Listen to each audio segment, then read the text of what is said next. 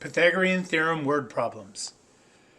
If you place a 37-foot ladder against the top of a 12-foot building, how many feet will the bottom of the ladder be from the bottom of the building? All right, so let's draw a picture to represent that. So here is a piece of level ground, and upon the level ground, I'm going to create a building. So there's my building. And then I'm going to go ahead and I'm going to lean a ladder from some distance away from the building up to here. And now that I've got kind of a picture to set this thing up, I'm just going to go ahead and mark the length. It says that the ladder is 37 feet. So right here, this diagonal is 37. It tells me that the building is 12 feet tall, just like that. So once you get kind of used to the setup, you can clearly see the triangles listed right here.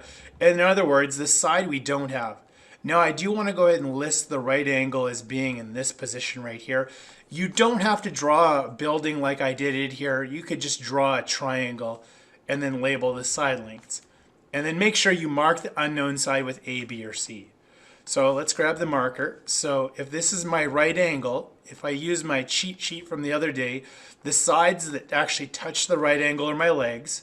So that's going to be yellow, and this will be yellow as well, which means that this 12 is either A or it's B. We can interchange that. I'm going to mark this one with A, so that means that this one over here is really a B. And then the side that is across from the right angle, that's our hypotenuse, which was our C. And let me go ahead and color code those two. So my B is 12, my A is my unknown, my side that's across from the right angle is my C, or my hypotenuse. And please remember, your C value or hypotenuse will always be the longest side. Now that I have the necessary information, let's plug it into the Pythagorean theorem. So we have A squared plus B squared is equal to C squared. As we said, A is our unknown, so I'm going to put A squared. My B value, I'm going to put in 12. I am going to have to square that, which means it's going to be 12 times 12, but we'll do that in the next step. The C squared value is going to be 37, and again, we will square that also. Remember, to square something simply means to multiply the number by itself. So that's going to remain A squared for a moment. 12 squared is 144. And then 37 squared is 1,369. Now in this case, we're going to have to solve for A squared, so I would subtract 144 from both sides.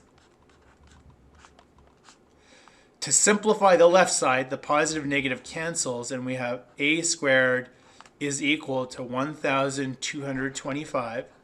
And now at this point, let's just grab the calculator and let's plug it in here. So I'm going to give myself the square root. Again, use the calculator for these calculations. So there's my square root symbol, and I'm going to put 1,225.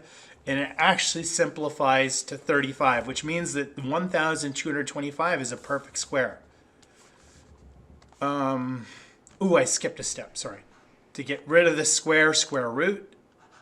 And if I square root that side, I square root this side. Okay, now we can simplify it. This square and the square root will cancel each other out. So I have A is equal to, and then the square root of 1,225 is actually just 35. But remember, they said that it has to be 35 feet. So don't forget to include the units. So I'm going to put 35 feet, and I'm going to go ahead and box that, and that will be my final answer. The only thing I'd say, let's go ahead and plug it into Delta Math. Remember, green check mark is good. Mistakes are also okay if you get a red X. It's just really important that if you make a mistake, you go back and you look, find out why you got it wrong. But in this case, we got the green check mark. We're good to go. So hopefully you found that helpful.